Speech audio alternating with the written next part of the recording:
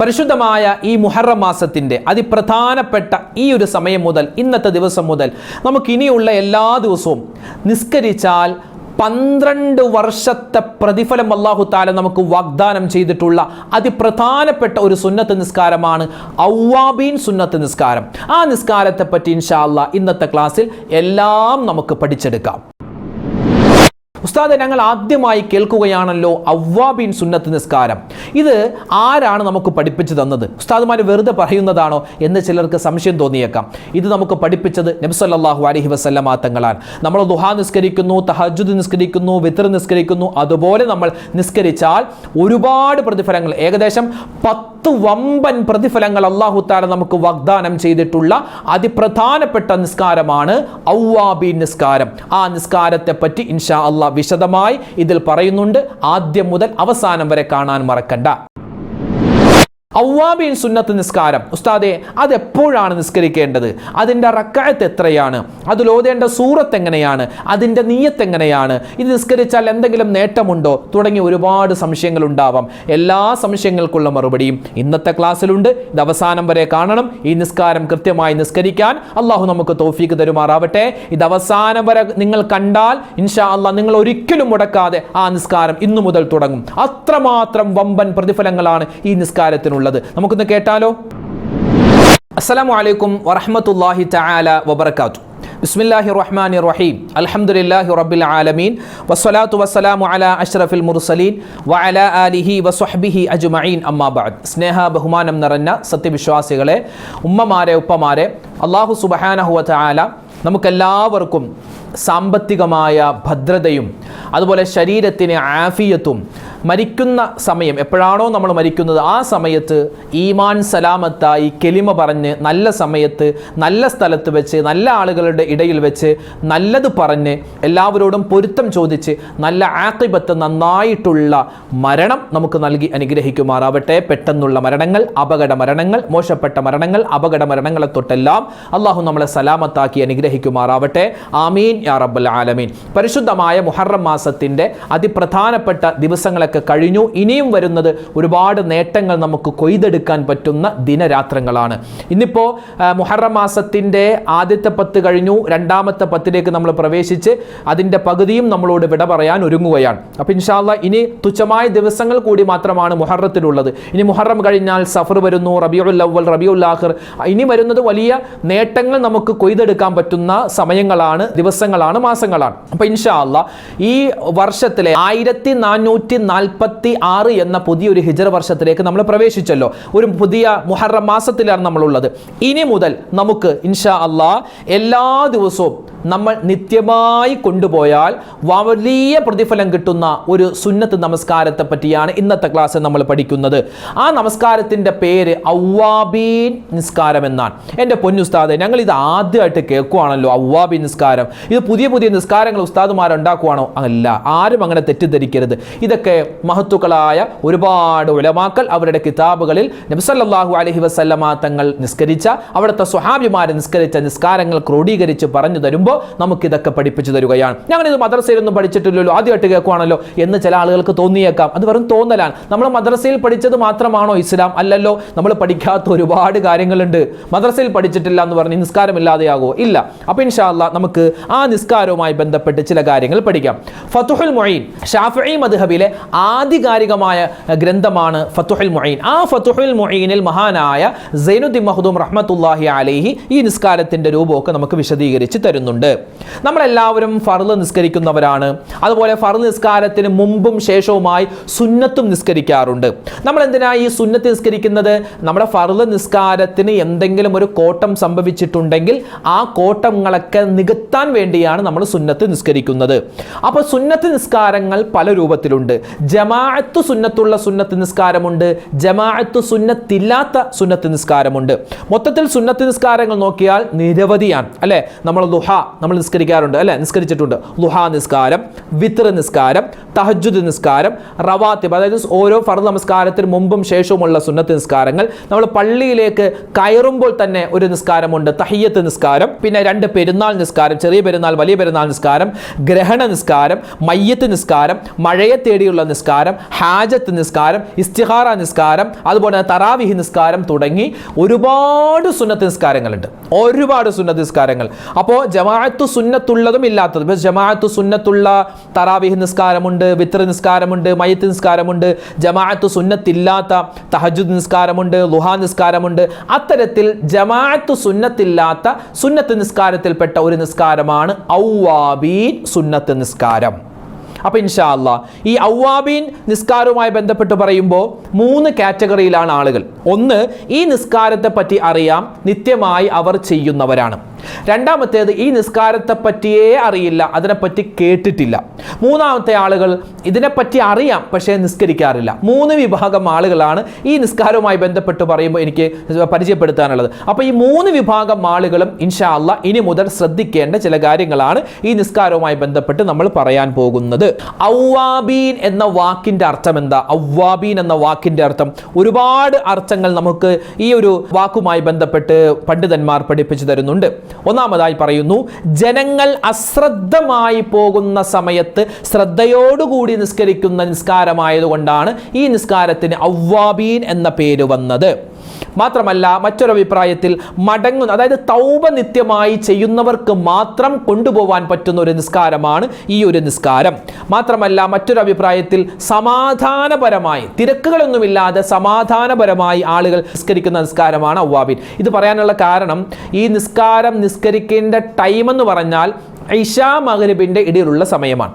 അതായത് നമ്മുടെ മഗ്രിബ് നമസ്കാരം കഴിഞ്ഞിട്ട് നമ്മൾ സാധാരണ ചില ദിക്റുകളൊക്കെ പറയുമല്ലോ, മഗ്രിബ് നമസ്കാരം കഴിഞ്ഞിട്ടുള്ള ദിക്റുകളൊക്കെ പറഞ്ഞിട്ട് മഗ്രിബ് നമസ്കാരത്തിന് ശേഷമുള്ള റവാത്തിബ് സുന്നത്ത് നിസ്കാരവും കൂടി കഴിഞ്ഞിട്ട് നമ്മൾ നിസ്കരിക്കേണ്ട നിസ്കാരമാണ്. അപ്പോൾ സാധാരണ ഇങ്ങനെ നോക്കുമ്പോൾ തിരക്കുകളില്ലാത്ത ആളുകൾ മാത്രമേ നിസ്കരിക്കാറുള്ളൂ. എന്തെങ്കിലും കച്ചവട തിരക്കുണ്ട്, അല്ലെങ്കിൽ എന്തെങ്കിലും ഒരു സാധനം വാങ്ങാൻ പോകണം, അങ്ങനെ തിരക്കുകളുള്ള ആളുകൾ പലപ്പോഴും ഇത് ഒഴിവാക്കി വിടലാണ് പതിവ്. അപ്പോൾ അതുകൊണ്ട് ഔവാബീൻ എന്ന ആ ഒരു പേരിൻ്റെ അർത്ഥം തന്നെ ജനങ്ങളൊക്കെ അശ്രദ്ധമായി പോകുന്ന ഇശാ മഗ്രിബിന്റെ ഇടയിൽ നിസ്കരിക്കുന്ന നിസ്കാരമാണ് ഈ നിസ്കാരം. പല ആളുകളും ചോദിച്ചേക്കാം, ഉസ്താദേ ഇത് റമളാനിൽ സ്പെഷ്യലായി നിസ്കരിക്കേണ്ട നിസ്കാരമാണ്, ഈ തറാവീഹ് നിസ്കരിക്കുന്ന പോലെ റമളാനിൽ നിസ്കരിക്കേണ്ട നിസ്കാരമല്ല. റമളാനിൽ നിസ്കരിച്ച വമ്പം പ്രതിഫലമാണ്. കാരണം റമളാനിൽ ഇശാ മഗ്രിബിന്റെ ഇട എന്ന് പറഞ്ഞാൽ ഭയങ്കര തിരക്കായിരിക്കും, നമ്മൾ ഒട്ടും ഓർക്കാത്ത സമയമാണ് അല്ലേ. കാരണം നോമ്പ് തുറന്നിട്ട് ഭക്ഷണമൊക്കെ കഴിച്ചിരിക്കുന്ന സമയമാണ്.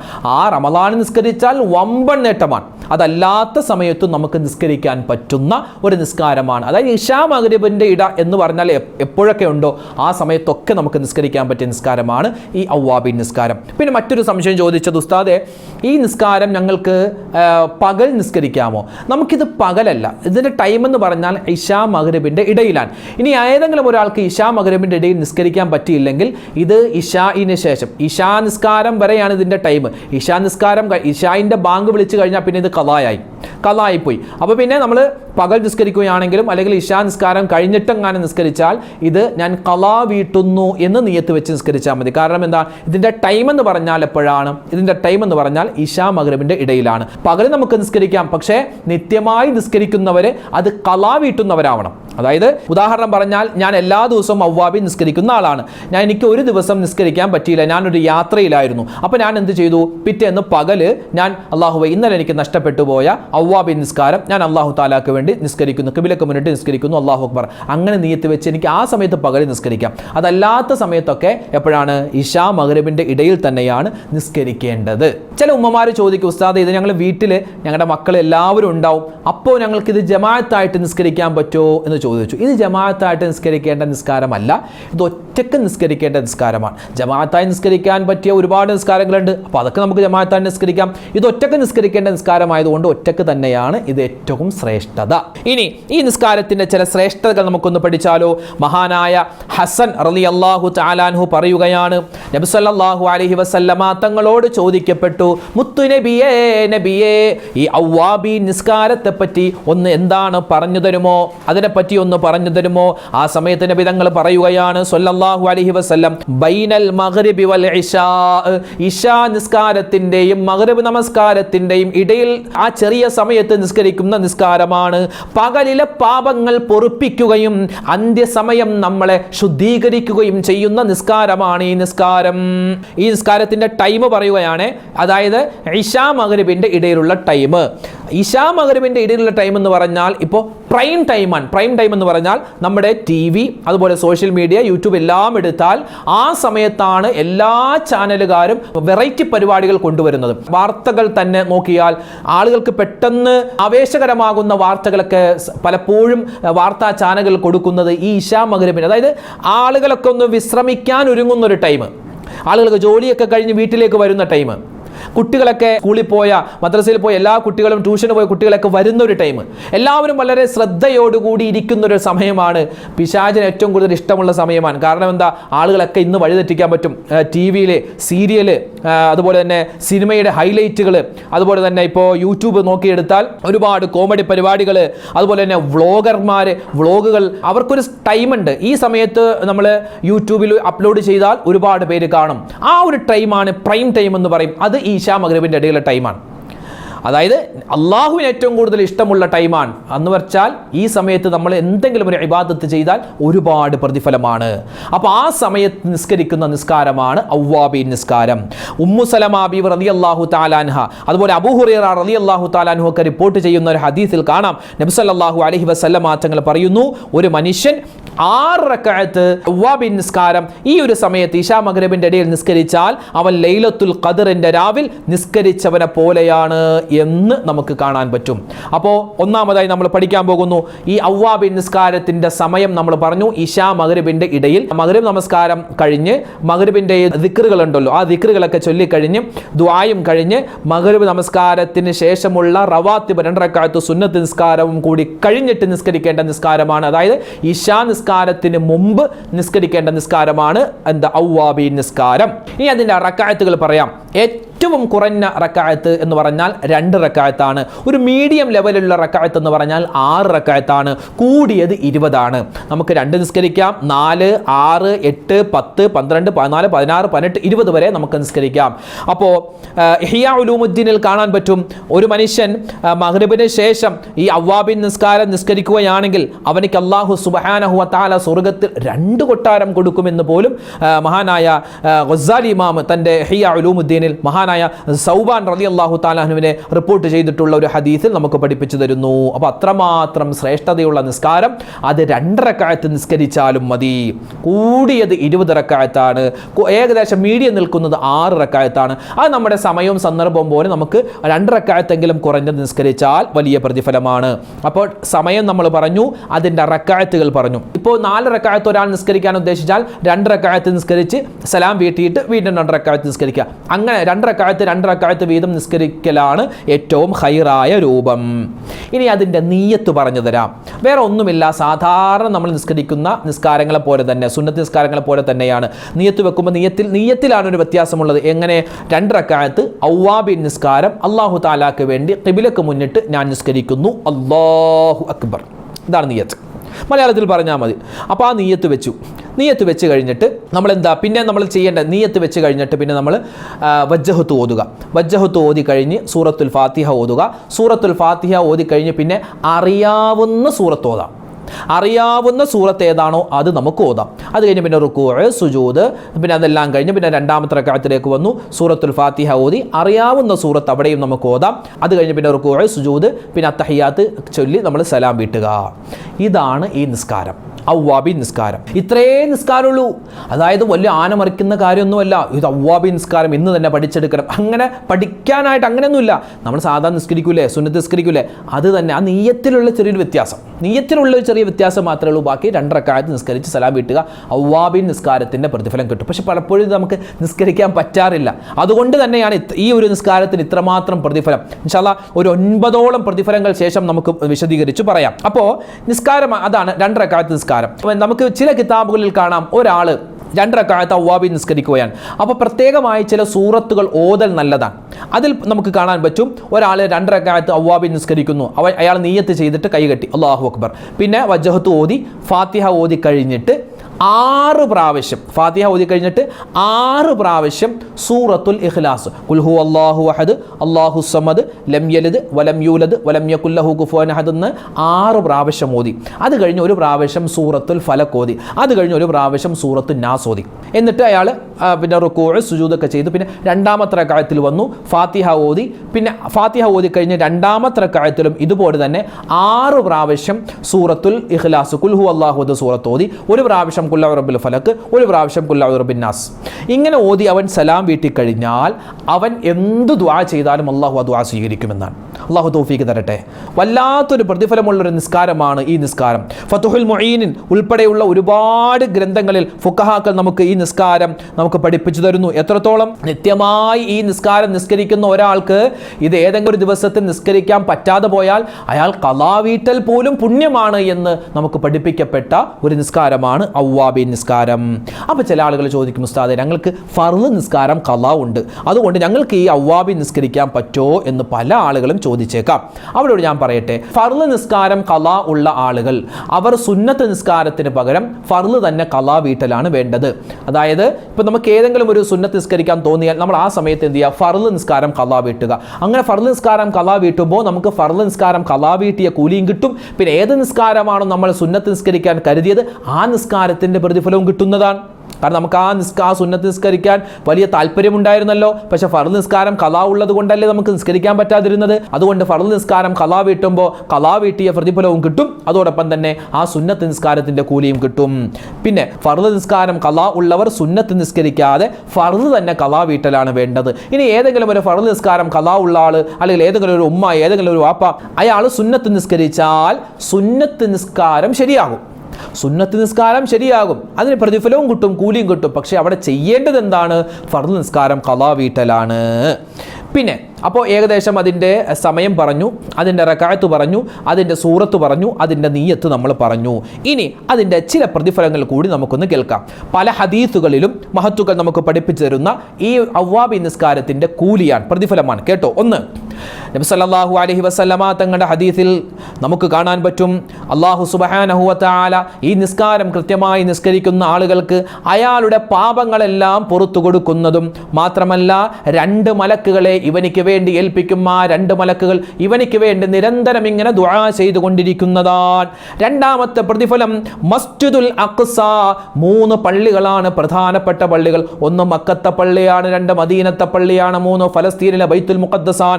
ആ ബൈത്തുൽ മുഖദ്ദസിൽ ലൈലത്തുൽ ഖദ്റിനെ കരസ്ഥമാക്കിയവനെ പോലോത്ത ഒരു പ്രതിഫലം അല്ലാഹു ഇവനിക്ക് കൊടുക്കുന്നതാണ്. 3ാമത്തെ പ്രതിഫലമോ 12 വർഷം ഇബാദത്ത് ചെയ്തവനെ പോലോത്ത കൂലി അല്ലാഹു കൊടുക്കുമെന്ന് ഇബ്നു മാജാ തങ്ങൾ റിപ്പോർട്ട് ചെയ്യുന്ന ഹദീസിൽ കാണാം. 4ാമത്തെ പ്രതിഫലമോ 50 വർഷത്തെ പാപങ്ങൾ അല്ലാഹു തആല പുറത്തു കൊടുക്കുമെന്ന് മുഖ്തസർ എന്ന കിതാബിൽ ഇമാം മർവസി തങ്ങൾ പറയുന്നുണ്ട്. അവ്വാബീൻ നിസ്കരിച്ചാൽ കിട്ടുന്ന പ്രതിഫലം ഒരുപാടുണ്ട്.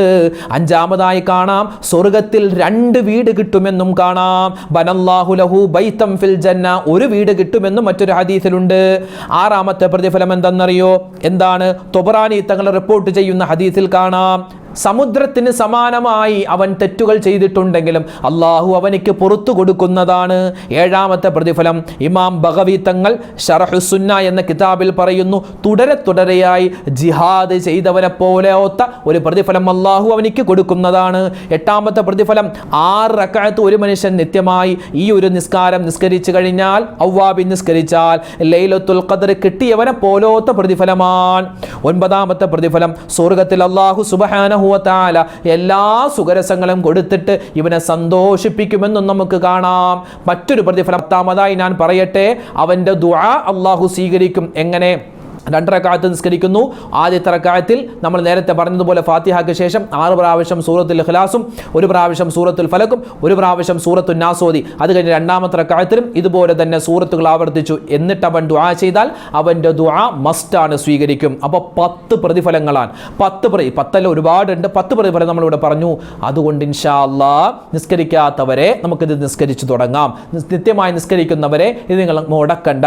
പിന്നെ നിസ്കാരമൊക്കെ അറിയാം, പക്ഷെ പലപ്പോഴും നിസ്കരിക്കും. അങ്ങനെയുള്ളവരെ നമുക്കിത് നിത്യമായി തുടങ്ങാം. അല്ലാഹു സുബ്ഹാനഹു വ തആല ഈ നിസ്കാരം കൃത്യമായി നിസ്കരിക്കാൻ, അതോടൊപ്പം തന്നെ ഇത് സുന്നത്തായ നിസ്കാരമാണ് കേട്ടോ, പക്ഷേ ഏറ്റവും കൂടുതലായി നമ്മൾ ശ്രദ്ധിക്കേണ്ടത് ഫർദ് നിസ്കാരമാണ്. ഫർദ് നിസ്കാരങ്ങൾ ജമാഅത്തായി തന്നെ നിസ്കരിക്കുക. അതോടൊപ്പം തന്നെ ഇത്തരത്തിലുള്ള സുന്നത്ത് നിസ്കാരവും നമ്മൾ നിത്യമാക്കിയാൽ നമുക്ക് എല്ലാവിധത്തിലുള്ള നേട്ടങ്ങളും കരുണാവാരിധിയായ റബ്ബ് തരും. അല്ലാഹു സുബ്ഹാനഹു വ തആല നമ്മുടെ നിസ്കാരങ്ങൾ, നമ്മുടെ നോമ്പുകൾ, മറ്റ് ഇബാദത്തുകളെല്ലാം അതിൻ്റെ പോരായ്മകൾ പരിഹരിച്ച് റബ്ബ് സ്വീകരിക്കുമാറാവട്ടെ. എല്ലാവിധ അനുഗ്രഹങ്ങളും അല്ലാഹു നമുക്ക് തന്ന് അനുഗ്രഹിക്കുമാറാവട്ടെ. പിന്നെ ഈ നിസ്കാരത്തിനൊക്കെ ശേഷം റബ്ബനാ ആതിനാ ഫിദ്ദുനിയ ഹസനതൻ വഫിൽ ആഖിറതി ഹസനതൻ വഖിനാ അദാബന്നാർ എന്ന ദുആ നമുക്ക് പറയാം. ലാ ഇലാഹ ഇല്ലാ അൻത സുബ്ഹാനക ഇന്നി കുൻതു മിനൽ ളാലിമീൻ എന്ന ദിക്ർ പറയാം. അതുപോലെ തന്നെ നമുക്ക് ഒരുപാട് ഇസ്തിഗ്ഫാർ പറയാം. പിന്നെ അറിയാവുന്ന ദിക്ർ മലയാളത്തിലും അറബിയിലൊക്കെ പറഞ്ഞു. അല്ലാഹു നമ്മുടെ എല്ലാ ഇബാദത്തും സ്വീകരിക്കും. പടച്ചവനെ റബ്ബേ, ഞങ്ങൾക്ക് ഈ നിസ്കാരം കൃത്യമാക്കാൻ നീ തൗഫീക്ക് തരണേ അല്ലാഹ്. ആരൊക്കെ ഞങ്ങളോട് ദുആ കൊണ്ട് വസിയത്ത് ചെയ്തു എല്ലാവരുടെയും ഹലാലായ മുറാദുകൾ നീ ഹാസിലാക്കി കൊടുക്കണേ റഹ്മാനെ. വേദനകൾ, വിഷമങ്ങൾ, സങ്കടങ്ങൾ നീ മാറ്റി കൊടുക്കണേ അല്ലാ. എല്ലാവിധ സന്തോഷവും ഞങ്ങളുടെ ജീവിതത്തിൽ ദുനിയാവിലും ആഖിറത്തിലും നീ നൽകണേ റഹ്മാനെ. ആമീൻ യാ റബ്ബൽ ആലമീൻ. അസ്സലാമു അലൈക്കും വറഹ്മത്തുള്ളാഹി തആല വബറകാതുഹു.